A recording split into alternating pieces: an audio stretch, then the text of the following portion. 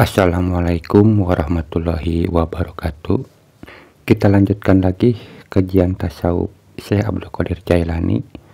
Untuk tema hari ini, mengakui nikmat Allah Subhanahu wa Ta'ala.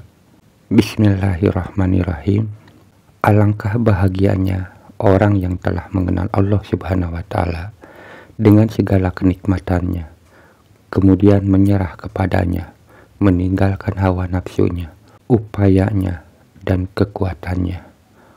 Orang yang berakal sempurna itu tidak membatasi amalnya kepada Allah Subhanahu wa Ta'ala dan tidak mengharap balasan darinya dalam setiap keadaan.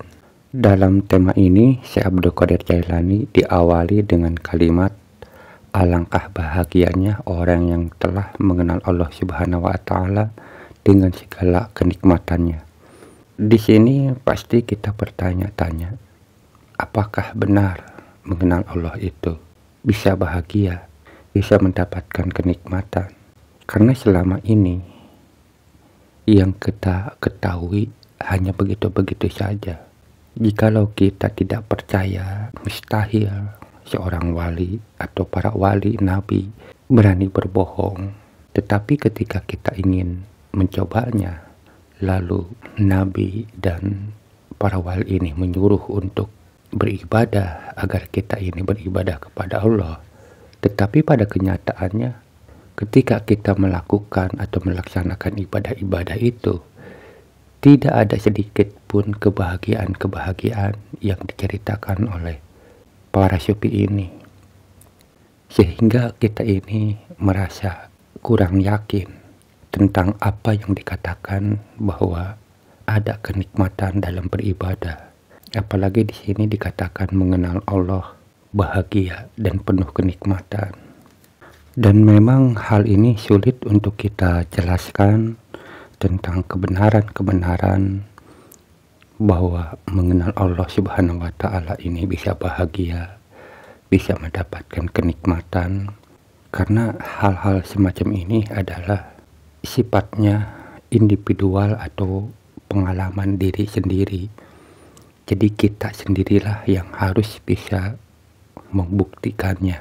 Kalau kita tidak mau membuktikannya sendiri, maka cerita-cerita ini atau pesan-pesan ini sulit untuk kita yakini. Tetapi di sini saya berusaha untuk sedikit menjelaskan agar teman-teman semua bisa sedikit memahami atau bisa termotivasi untuk mau membuktikan kebenaran-kebenaran apa yang dikatakan oleh para sufi ini. Jadi kenikmatan atau bahagia ketika mengenal Allah itu memang betul adanya, tetapi harus diawali kita ini mengenali lebih dahulu hawa nafsu kita. Nah, setelah mengenali hawa nafsu kita, kita harus bisa mengendalikannya dan harus sungguh-sungguh dalam berproses itu. Nah, jika kita berhasil atau mampu mengendalikan hawa nafsu, maka di situ Allah itu akan memberikan pengetahuan kepada diri kita. Atau lebih jelasnya, Allah itu akan membukakan kesalahan-kesalahan diri kita yang kecil-kecil. Nah, ketika kita sudah tahu kesalahan-kesalahan kita yang kecil-kecil, lalu kita harus bisa menghindari kesalahan-kesalahan yang kecil-kecil itu. Nah, semakin kita mampu mengendalikan hawa nafsu itu, termasuk yang kecil-kecil itu, maka di situ sedikit demi sedikit Allah itu akan memberikan pengetahuan kembali yang lebih tinggi. Dan terkadang di situ juga Allah itu suka menguji diri kita dengan berbagai karomah-karomah. Nah, dan di situ juga Allah mulai menampakkan dirinya. Nah, ketika kita sedikit demi sedikit mulai mengenal Allah, sudah mengenal diri kita, nah dengan secara otomatis yang namanya kebahagiaan dan kenikmatan itu mulai muncul. Tetapi sekali lagi, bahwa ketika kenikmatan-kenikmatan itu muncul, dan karomah-karomah itu muncul, maka itu harus hati-hati karena itu adalah makhluk juga. Jadi hal itu menjadi sesuatu yang jebakan-jebakan juga. Kalau seumpama kita tertuju dengan kenikmatan-kenikmatan itu, maka secara otomatis kenikmatan itu akan hilang. Tetapi ketika kita merasakan kenikmatan-kenikmatan itu, lalu kita tidak mau mempedulikan kenikmatan itu, kita tetap tertuju kepada Allah, maka kenikmatan itu semakin terasa, semakin besar rasa kenikmatan-kenikmatan itu. Jadi proses terjadinya kenikmatan ketika mengenal Allah itu kurang lebih seperti itu. Ini sebuah gambaran agar teman-teman bisa termotivasi. Dan sebenarnya ketika kita sholat, kalau memang kita sudah mengenal Allah, di dalam sholat itu sendiri punya kenikmatan-kenikmatan tersendiri. Jadi di dalam sholat itu punya kenikmatan-kenikmatan tersendiri. Jadi kalau kata Nabi itu katanya sholat itu tempatnya istirahat orang-orang mukmin. Nah, memang kita bisa merasakan hal itu. Di situ ada kenikmatan-kenikmatan, bahkan mungkin ketika sekarang ini bahwa ketika kita sholat itu menjadi sesuatu yang berat atau beban atau itu suatu pekerjaan. Tetapi ketika kita sudah mengenal Allah, justru dengan sholat itu, itulah tempat istirahat kita. Jadi seperti kita bekerja kecapean lalu kita istirahat. Nah, rasa kedamaiannya itu seperti itulah. Mungkin ini akan merasa lebih nyaman, lebih damai ketika kita sholat.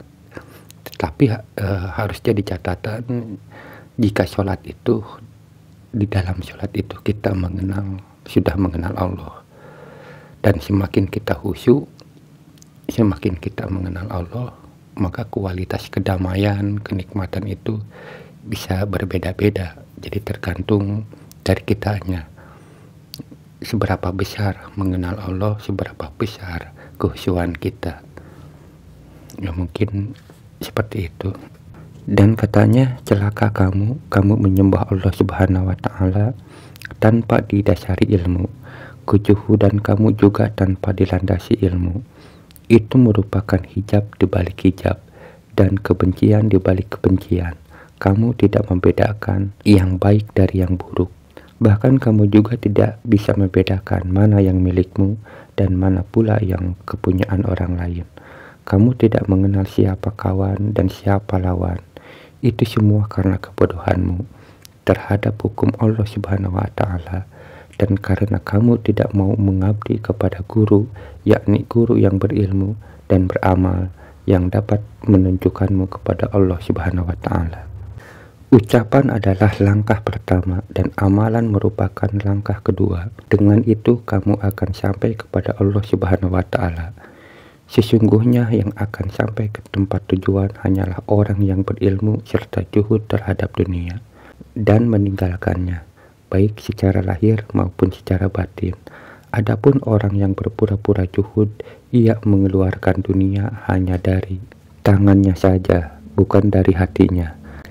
Tetapi sebaliknya, orang yang bersungguh-sungguh dan benar-benar juhud, ia akan sanggup mengeluarkan dunia dari hatinya. Mereka juhud terhadap dunia dengan hati mereka, sehingga kejuhudan itu menjadi watak mereka, baik secara lahir maupun batin. Api watak itu telah memecahkan keinginan mereka, sehingga nafsunya menjadi jinak dan jauh dari kejahatannya. Di sini Syekh Abdul Qadir Jailani menekankan agar kita ini harus benar-benar juhud. Nah, tetapi untuk agar kita menjadi orang juhud itu sebenarnya sulit juga. Dan ketika kita mau juhud, maka kita itu sebenarnya tidak bisa langsung juhud. Jadi kemurnian juhud harus diawali dengan memahami hawa nafsu. Karena kalau kita tidak memahami atau mengenal hawa nafsu, maka kejuhudan kita ini sulit untuk sempurna. Jadi kalau seumpama kita ingin juhud tanpa mengenal hawa nafsu, maka kejuhudan kita ini sekali lagi tidak akan sempurna. Makanya kalau kita ingin juhud, kita harus mengenali hawa nafsu dahulu. Nah, jika kita sudah mengenali hawa nafsu dan mampu mengendalikannya, maka kejuhudan itu akan secara otomatis bisa kita lakukan tahap demi tahap, tergantung dari pengetahuan nantinya. Karena nanti Allah akan mengilhami kita, ini yang salah, ini yang benar. Nanti Allah akan membimbing kita. Tetapi kalau kita tanpa mengenali hawa nafsu dahulu, langsung kita juhud, itu akan sulit. Bahkan bisa-bisa kita akan terkecoh dengan kejuhudan kita. Kita anggap bahwa ini adalah kejuhudan, ternyata ini bukan. Ini bisa saja terjadi. Dan katanya, wahai gulam, juhud itu bukan berupa perbuatan yang dapat kamu lakukan, atau barang yang dapat kamu ambil dengan tangan dan kamu lemparkan. Tetapi ia merupakan rangkaian dari beberapa sikap. Pertama, kamu menatap dunia sehingga dapat melihat bentuk aslinya, sebagai pandangan para nabi, rasul, dan para wali yang senantiasa ada dalam setiap zaman. Penilaian kamu terhadap dunia akan benar bila mana kamu mengikuti perkataan dan perbuatan mereka yang terdahulu, para nabi dan wali. Jika kamu memang mengikuti mereka, tentu kamu akan melihat apa yang mereka lihat. Apabila kamu mengikuti ucapan dan perbuatan mereka dalam keadaan sunyi maupun ramai, dalam ilmu dan amal, dalam bentuk lahir dan makna, maka kamu akan berpuasa sebagaimana puasa mereka, dan kamu salat sebagaimana salat mereka. Kamu mengambil sebagaimana mereka mengambil. Kamu meninggalkan sebagaimana mereka meninggalkan. Dan kamu mencintai mereka, maka ketika itu Allah Subhanahu wa Ta'ala akan memberimu nur untuk melihat kehadiranmu dan selain kamu. Di sini kata Syekh Abdul Qadir Jailani bahwa untuk juhud itu tidak semudah yang kita lakukan katanya. Jadi katanya juhud itu merupakan rangkaian dari beberapa sikap, katanya seperti itu. Pertama, kamu menatap dunia sehingga dapat melihat bentuk aslinya. Jadi mungkin di sini harus kita tafakur dengan dunia, dengan kehidupan dunia ini. Kan seperti yang kita jelaskan dari awal, ketika kita berusaha bekerja. Nah, bekerja ini kan niatnya untuk membahagiakan kita, agar kita bahagia. Nah, ternyata kalau kita mau berpikir, yang ada malah kesusahan-kesusahan. Padahal kita kerja ini kan tujuannya agar kita bahagia. Kita ngumpul-ngumpul uang agar kita bahagia, agar keluarga kita bahagia.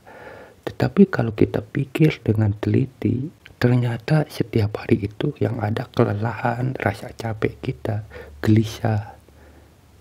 Nah, rangkaian-rangkaian seperti inilah yang mesti kita pahami. Dan bukan hanya itu saja, dari berbagai hal pun kita harus kita pikirkan, sehingga kita ini bisa benar-benar menilai dunia ini seperti apa. Nah, tetapi ketika kita sudah tahu pun, maka kunci dari kejuhudan itu yaitu kita harus mengenal hawa nafsu. Karena kita ini sulit untuk benar jika hawa nafsu kita tidak kita kenali atau tidak kita kendalikan. Nah, jadi sebenarnya ketika kita sudah mampu menjalankan pengendalian hawa nafsu kita ini, nanti di situ sedikit demi sedikit Allah itu akan memberikan pengetahuan atau nur kepada diri kita, sehingga kita ini bertahap demi tahap kita ini akan terus naik ke atas, tergantung kesungguhan kita ini. Dan kita ketika berproses jangan sampai kita terjebak. Jadi begini teman-teman, proses dalam bertasawuf itu, ketika kita berusaha untuk menekan kekuatan hawa nafsu, lalu kita berusaha untuk mengendalikan hawa nafsu sambil kita bertafakur. Nah, jika usaha-usaha kita ini sungguh-sungguh dan benar, maka sedikit demi sedikit Allah itu akan memberikan nur-nur atau pengetahuan-pengetahuan kepada diri kita.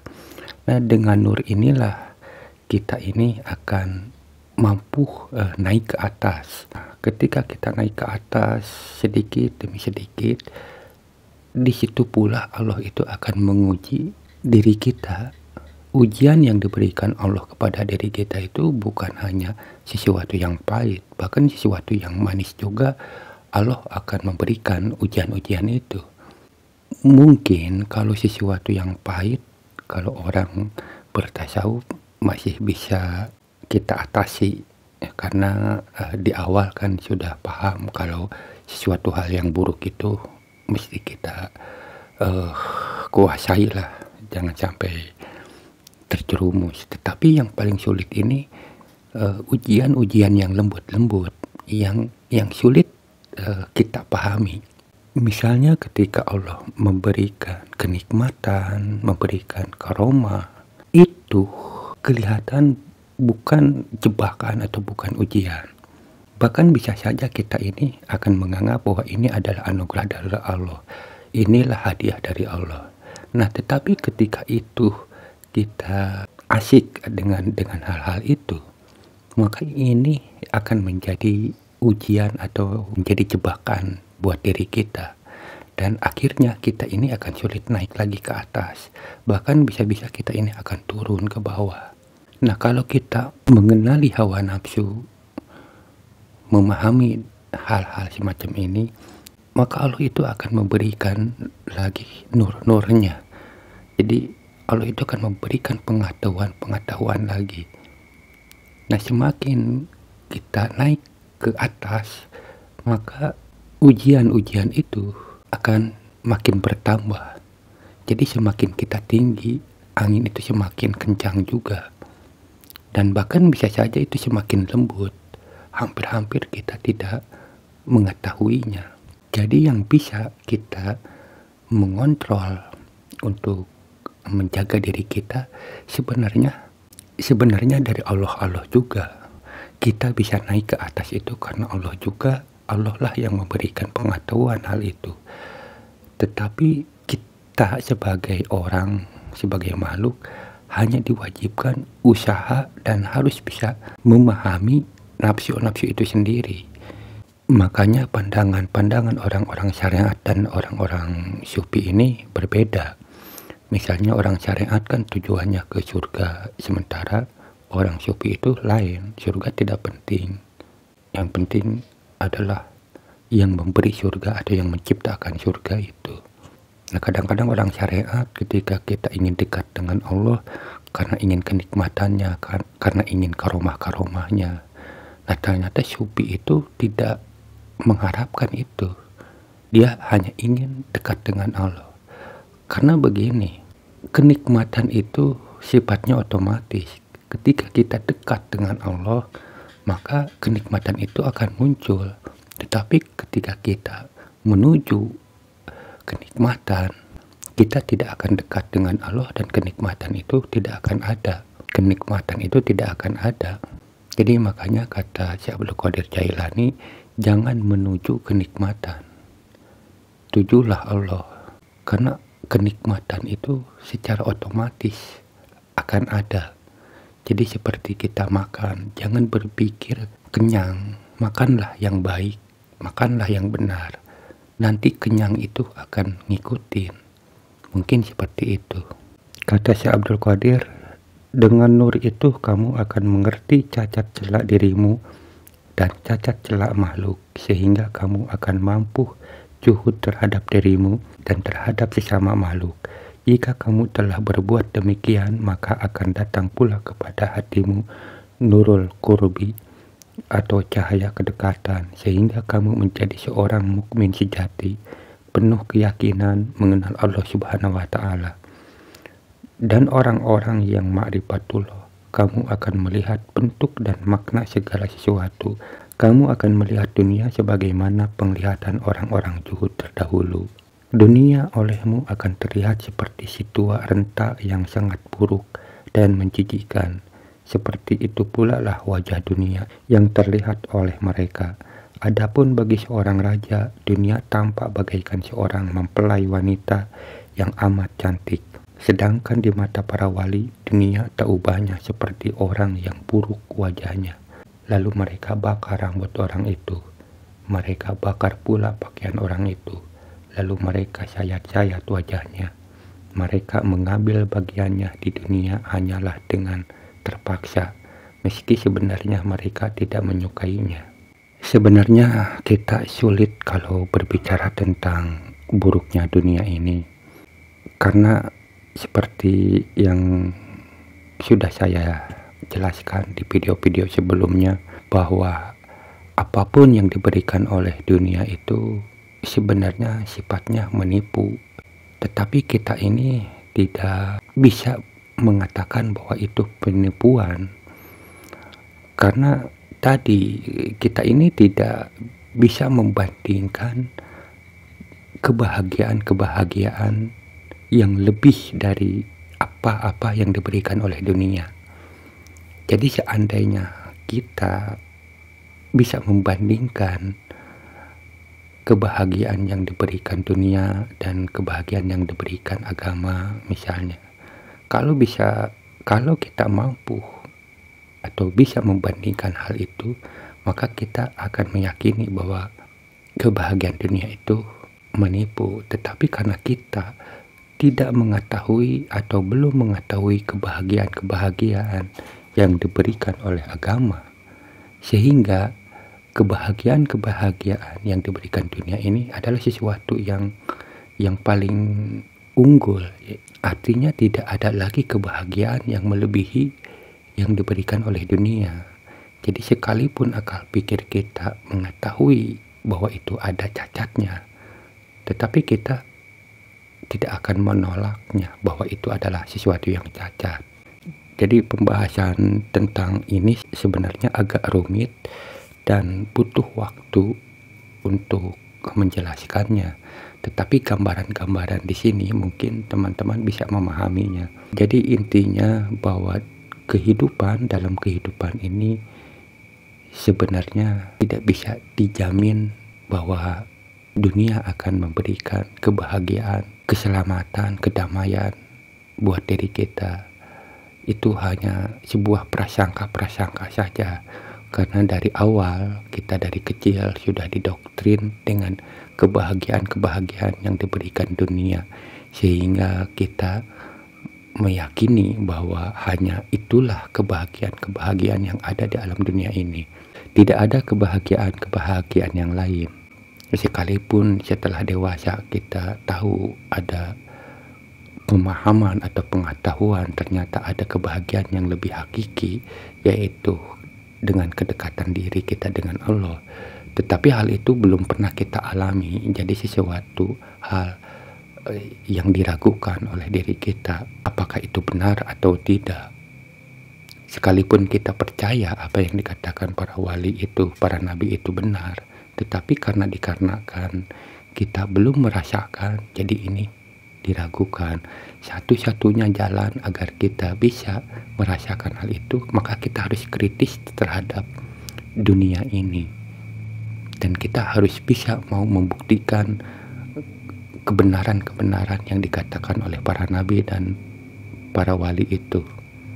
Dan katanya, wahai gulam, jika kamu telah juhud terhadap dunia, juhudlah pula terhadap akhirat, dan juhud terhadap sesama makhluk. Jangan takut atau berharap kepada mereka. Semua perintah nafsu janganlah kamu hiraukan. Lakukanlah perintah yang datang dari Allah Subhanahu wa Ta'ala. Dengarkanlah bisikan nuranimu, baik yang datang melalui ilham atau mimpi yang baik, yang bebas dari pengaruh makhluk. Jika anggota badanmu mati, kamu tidak perlu menghiraukannya. Tetapi jika hatimu mati, kamu harus merisaukannya, karena ia merupakan bencana besar bagimu. Sungguh kamu tidak akan merasakan ketenangan sejati kecuali jika nafsu watak, perasaan, dan segala sesuatu selain Tuhanmu telah keluar dari hatimu. Pada saat itu kamu akan hidup di dekatnya. Jika nafsumu telah mati, maka hatimu akan hidup. Kemudian jika Allah Subhanahu wa Ta'ala menghendaki, kamu akan kembali kepada makhluk agar kamu dapat membangun dan mengembalikan mereka kepadanya. Dia akan menyeimbangkan kehidupanmu di dunia dan di akhirat, sehingga kamu dapat mengambil bagianmu dari keduanya, dunia dan akhirat. Dia akan membuatmu mampu menghadapi kerasnya hati manusia, menunjukkan mereka dari kesesatan, dan mengajak mereka mengikuti perintah Allah Subhanahu wa Ta'ala. Jika kamu tidak menghendaki demikian, maka kamu cukup di dekatnya dan bebas dari selain Dia. Kamu tidak berharap kepada makhluk setelah mendapatkan Sang Pencipta yang mengadakan sesuatu dari yang tiada. Dialah yang ada sebelum segala sesuatu ada. Dialah yang mengadakan segala sesuatu, dan Dialah yang ada setelah segala sesuatu itu ada. Dosa-dosamu seperti hujan, maka bertaubatlah setiap saat untuk menebusnya. Celaka kamu meremehkan nikmat-nikmat Allah Subhanahu wa Ta'ala. Kamu jahat, kamu hanya mengikuti syahwat, kamu jatuh terperosok dan perlu pelajaran. Lihatlah ke kubur, bertanyalah kepada penghuni kubur dengan bahasa iman. Tentu mereka akan menceritakan kepadamu tentang keadaan mereka. Wahai gulam, kamu telah mengakui kehendak Allah Subhanahu wa Ta'ala dan para walinya. Aku hanya mengajakmu, aku tidak menceritakan dan menjelekan kamu. Aku ingin memperhatikanmu dengan izin Allah Subhanahu wa Ta'ala. Aku ingin mengobati demam orang-orang munafik yang suka bohong dalam ucapan dan perbuatan mereka. Sungguh aku telah memperhitungkannya dengan para guru berulang-ulang, sehingga aku dapat memperhitungkannya. Wahai penghuni bumi, kamu telah membuat adonan amalmu tanpa garam. Kemarilah, ambillah garam untuk adonan amalmu. Wahai pembeli garam, majulah. Wahai orang-orang munafik, kamu diombang-ambingkan oleh kemunafikanmu. Sebentar lagi kemunafikanmu akan menghantarkanmu ke neraka. Sucikanlah hatimu dan kemunafikan, maka hatimu akan bersih. Jika hati telah bersih, maka anggota badanmu akan ikut bersih. Hati adalah pemelihara anggota badan. Bila hati telah lurus, maka anggota badan juga ikut lurus. Jika hati dan anggota badan telah lurus, maka sempurnalah keadaan seorang mukmin itu. Dia akan mampu memelihara keluarga, tetangga, dan masyarakatnya. Pamornya akan menjulang sesuai dengan kekuatan imannya dan sesuai dengan kedekatannya kepada Tuhannya. Orang mukmin tentu mau belajar sesuatu yang menjadi kewajibannya, kemudian menyendiri dari makhluk untuk menyempatkan beribadah kepada Allah Subhanahu wa Ta'ala. Maka dia akan mengenal makhluk dan tidak menyukainya. Dan dia akan mengenal Allah Subhanahu wa Ta'ala serta mencintainya dan mau berbakti kepadanya. Dia diikuti makhluk, tetapi ia justru menghindar dari mereka karena yang ia cari adalah selain mereka. Ia tidak menyukai mereka, tetapi menyukai selain mereka. Dia menyadari bahwa sesungguhnya tidak ada bahaya atau manfaat, bahkan kebaikan atau keburukan di tangan mereka. Kalaupun ada, itu datang dari Allah Subhanahu wa Ta'ala, bukan dari mereka. Dia juga mengerti bahwa jauh dari mereka itu lebih baik daripada dekat dengan mereka. Ia kembali kepada pohon dan meninggalkan cabangnya. Ia tahu bahwa cabang itu banyak, sedang pohon itu hanyalah satu. Maka ia berpegang pada pohon saja. Ia memandang pada kaca pemikiran, lalu melihat bahwa berdiri di pintu yang satu itu lebih baik daripada berdiri di banyak pintu. Ia berdiri tegak di pintu Allah Subhanahu wa Ta'ala dan berpegang kepadanya. Seorang mukmin yang yakin, ikhlas dan berakal, sungguh ia telah diberi kesempurnaan hingga ia meninggalkan manusia dan memilih jauh dari mereka. Itulah kajian tasawuf yang temanya mengakui nikmat-nikmat Allah Subhanahu wa Ta'ala. Mudah-mudahan ada manfaatnya. dan bisa dimengerti. Assalamualaikum warahmatullahi wabarakatuh.